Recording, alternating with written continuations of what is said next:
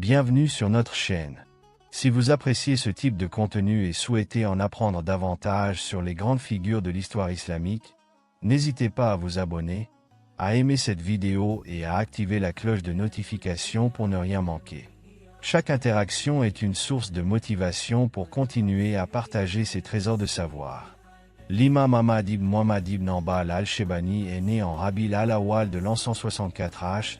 780 AP. Jésus-Christ, dans la ville de Bagdad, qui était alors la capitale du califat abbasside. Il appartenait à la tribu arabe de Shayban, une tribu noble et respectée. Son père, Muhammad ibn Hanbal, était un soldat de l'armée abbasside, mais il est décédé alors qu'Ahmad était encore très jeune, le laissant orphelin. Après la mort de son père, c'est sa mère pieuse et vertueuse qui s'est occupée de son éducation. Elle joua un rôle essentiel dans son épanouissement, en lui inculquant les valeurs de la piété, de la discipline et de l'amour du savoir. Ahmad ibn Hanbal a grandi dans une atmosphère intellectuelle exceptionnelle, car Bagdad était le centre du savoir et de la pensée islamique de l'époque. La ville regorgeait de savants, de narrateurs de hadiths et de juristes, ce qui offrait un environnement idéal pour un jeune avide d'apprendre. Dès son plus jeune âge, il montra un intérêt marqué pour la science et la spiritualité. Il commença par mémoriser le Coran et assista au cercle d'enseignement des érudits de la ville. Malgré les défis liés à son statut d'orphelin, il s'engagea pleinement dans l'apprentissage, soutenu par une mère qui voyait en lui un avenir prometteur. Le parcours éducatif d'Ahmad ibn Hanbal débuta dans les cercles de transmission du hadith à Bagdad. Il étudia d'abord les bases de la langue arabe, de la littérature et des sciences coraniques, avant de se consacrer pleinement à l'étude du hadith prophétique, qui devint sa passion principale. Très vite, il rejoignit les assemblées des plus grands savants de son époque, notamment Hushaym ibn Bashir, Abd al-Rahman ibn Mahdi, Waki ibn al-Jarrah. L'une des caractéristiques marquantes de son apprentissage était son assiduité dans la transcription des hadiths. Il ne se contentait pas d'écouter les récits, mais il les écrivait soigneusement et les révisait avec rigueur. Cette habitude lui permit de devenir, dès son jeune âge, l'un des étudiants les plus mémorieux et méthodiques de son temps. L'un des enseignants qui eut une profonde influence sur Ahmad ibn Hanbal fut l'imam al-Shafi'i. Il le rencontra à Bagdad et adopta une partie de sa méthodologie, qui alliait la transmission rigoureuse du hadith et l'analyse juridique basée sur des principes solides. Al-Shafi'i lui-même témoignait de l'excellence de son disciple en disant « J'ai quitté Bagdad sans y laisser quelqu'un de plus pieux et de plus savant qu'Ahmad ibn Hanbal ». L'imam Ahmad se distinguait par un mode de vie austère et modeste. Bien que Bagdad fût un centre de richesse et de commerce, il choisit de vivre dans la simplicité et l'autosuffisance. Pour subvenir à ses besoins, il travaillait en copiant des manuscrits, refusant de dépendre des donations ou du soutien des autorités. Il croyait fermement que l'acquisition du savoir devait être purement désintéressée et déclarait « Il n'y a rien de comparable à la science pour celui qui est sincère dans son intention ». Son engagement pour l'authenticité et la vérification des hadiths était sans faille. Il ne rapportait un récit que s'il était sûr de sa fiabilité, et n'hésitait pas à rejeter les narrations douteuses, même si elles étaient populaires auprès d'autres érudits. Après avoir reçu une solide formation initiale à Bagdad, l'imam Ahmad ibn Hanbal entreprit de longs voyages pour approfondir ses connaissances et rencontrer les plus grands savants de son temps. À travers ces voyages, il perfectionna sa maîtrise des hadiths et des sciences islamiques, tout en jetant les bases de ce qui deviendra plus tard l'école hanbalite. À l'époque, les savants ne se contentaient pas d'étudier auprès des érudits de leur propre ville. Ils parcouraient souvent de longues distances pour recueillir des hadiths, apprendre directement auprès des maîtres et confronter leurs connaissances. L'imam Ahmad était profondément attaché à cette tradition. Il disait « L'homme ne peut devenir un véritable savant qu'après avoir voyagé et appris de multiples sources ». C'est ainsi qu'il passa plus de 20 ans à voyager à travers le monde musulman, affrontant les difficultés et la précarité avec une patience exemplaire. Ses principales destinations et ses enseignants. Son premier grand voyage le mena au Hijaz, où il chercha à approfondir son savoir auprès des grands savants de la Mecque et Médine. C'est là qu'il rencontra l'imam al-Shafi'i, qui influença sa méthodologie juridique et lui transmit une approche équilibrée entre le hadith et les principes du fiqh. À Médine, il étudia auprès de nombreux savants, notamment Sufyan ibn Uyayna, un érudit réputé pour sa profonde connaissance des hadiths. Le Yémen. L'imam Ahmad entreprit également un voyage au Yémen, un centre de sciences islamiques à l'époque. Là-bas, il chercha à rencontrer l'illustre imam Abd al-Razak al-San'ani, qui possédait une vaste collection de hadiths.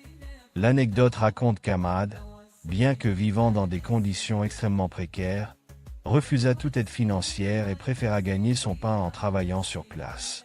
Lorsqu'on lui proposa de l'argent pour faciliter son voyage, il répondit « Je préfère endurer la faim plutôt que d'accepter ce qui pourrait altérer ma sincérité dans la quête du savoir. » Le Cham, Syrie et Palestine.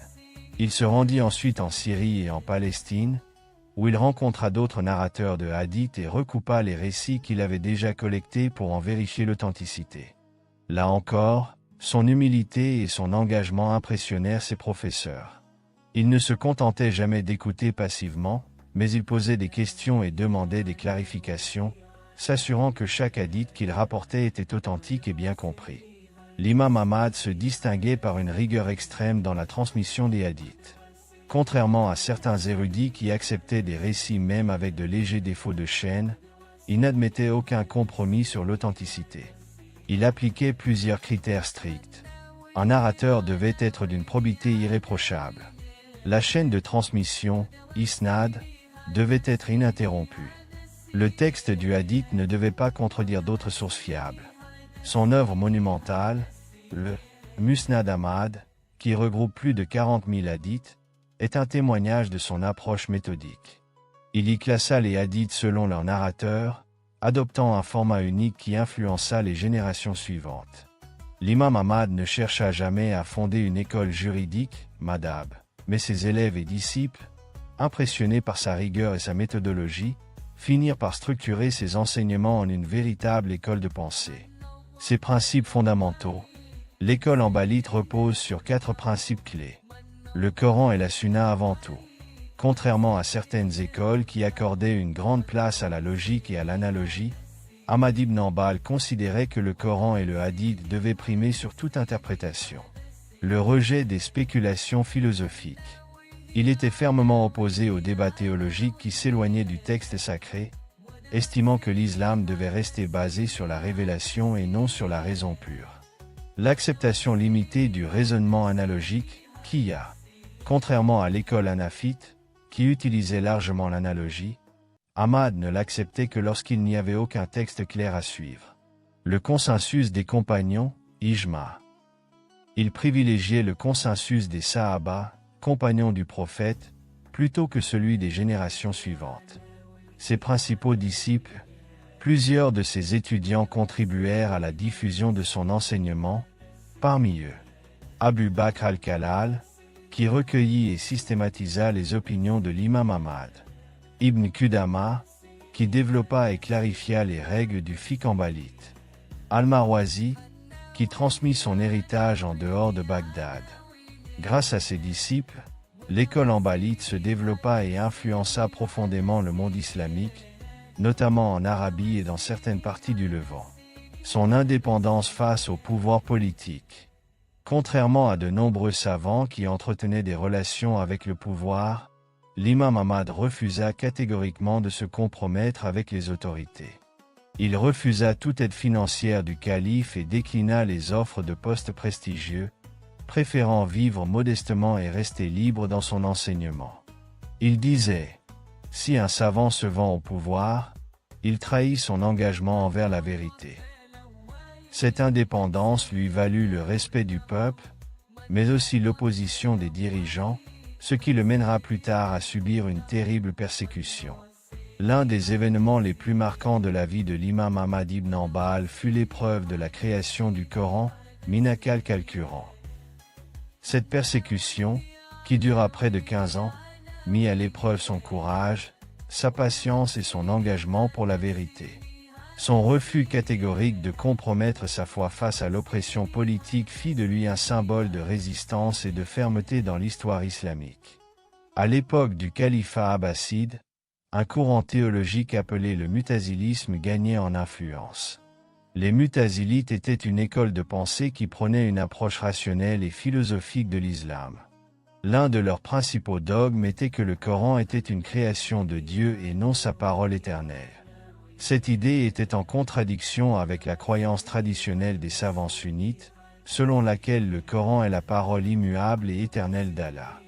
Le calife Al-Mamun, r. 813 à 833, influencé par les mutazilites, adopta leur doctrine et imposa cette croyance à tous les savants et juges du califat.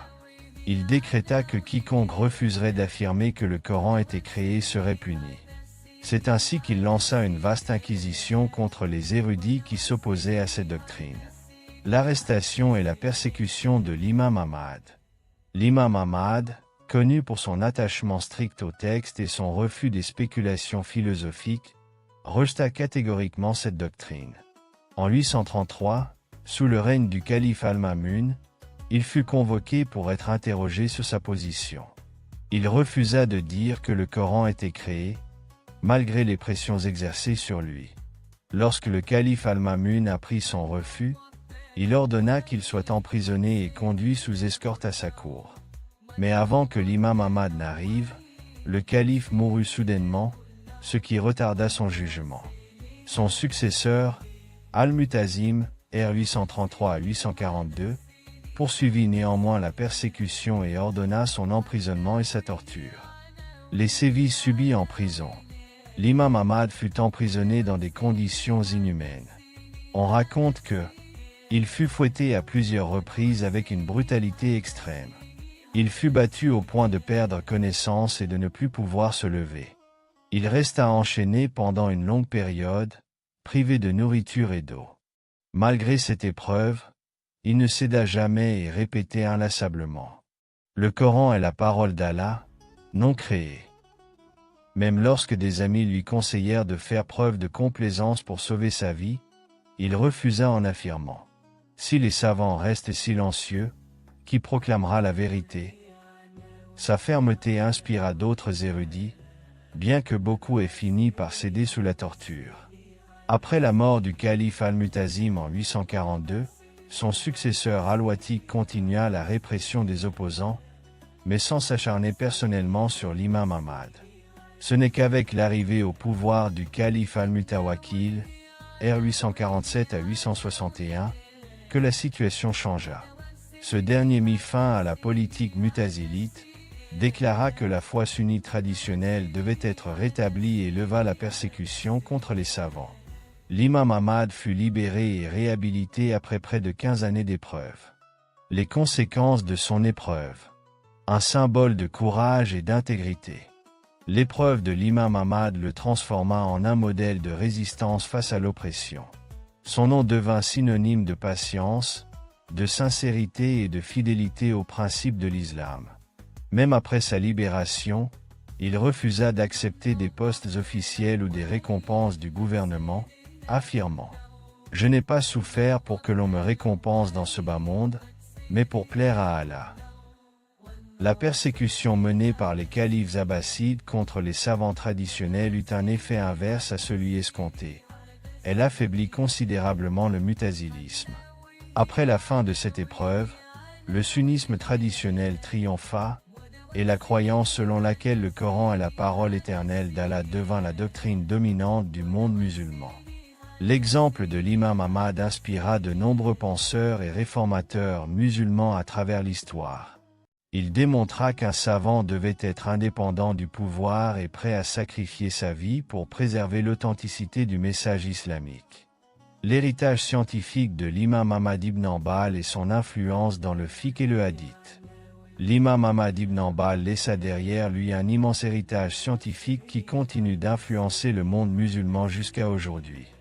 Bien qu'il ne cherchât pas à fonder une école juridique, son approche unique de la jurisprudence et de la transmission du hadith donna naissance à l'école hanbalite, l'une des 4 grandes écoles sunnites du fiqh, jurisprudence islamique. L'imam Ahmad était avant tout un spécialiste du hadith, un domaine dans lequel il excella grâce à son immense collection de hadiths, qu'il transmit avec rigueur. Son exigence extrême dans l'authentification des récits prophétiques. Son refus d'accepter tout hadith suspect, même s'il servait à justifier une position populaire. Le Musnad Ahmad est l'une des plus grandes compilations de hadiths de l'histoire islamique. Il contient plus de 40 000 hadiths, classés selon le nom des compagnons qui les ont rapportés. Cette méthode de classement différait de celle d'autres collections comme celle de Bukhari et Muslim, qui organisaient leurs hadiths par sujet juridique. L'approche de l'imam Ahmad permit de préserver des hadiths rares, parfois absents des autres recueils. De nombreux savants du hadith furent influencés par lui, notamment l'imam al-Bukhari et l'imam Muslim, qui recueillirent des hadiths à travers sa transmission. L'imam Abu Daoud, un de ses disciples, qui compila son célèbre Sunan. L'imam al-Nasa'i, qui appréciait la rigueur de son approche. L'imam Ahmad insistait sur le fait que le hadith devait toujours primer sur l'opinion personnelle, une approche qui marqua profondément la méthodologie des muhadditins, spécialistes du hadith. L'école hanbalite, son approche du fiqh. L'imam Ahmad n'avait pas l'intention de créer une école de pensée à proprement parler. Cependant, ses élèves systématisèrent son approche, ce qui donna naissance à l'école hanbalite, qui repose sur 4 principes fondamentaux. L'école hanbalite base ses décisions juridiques sur l'ordre suivant. 1. Le Coran. Toute règle juridique doit d'abord être fondée sur le texte coranique. 2. La Sunna, les hadiths authentiques du prophète.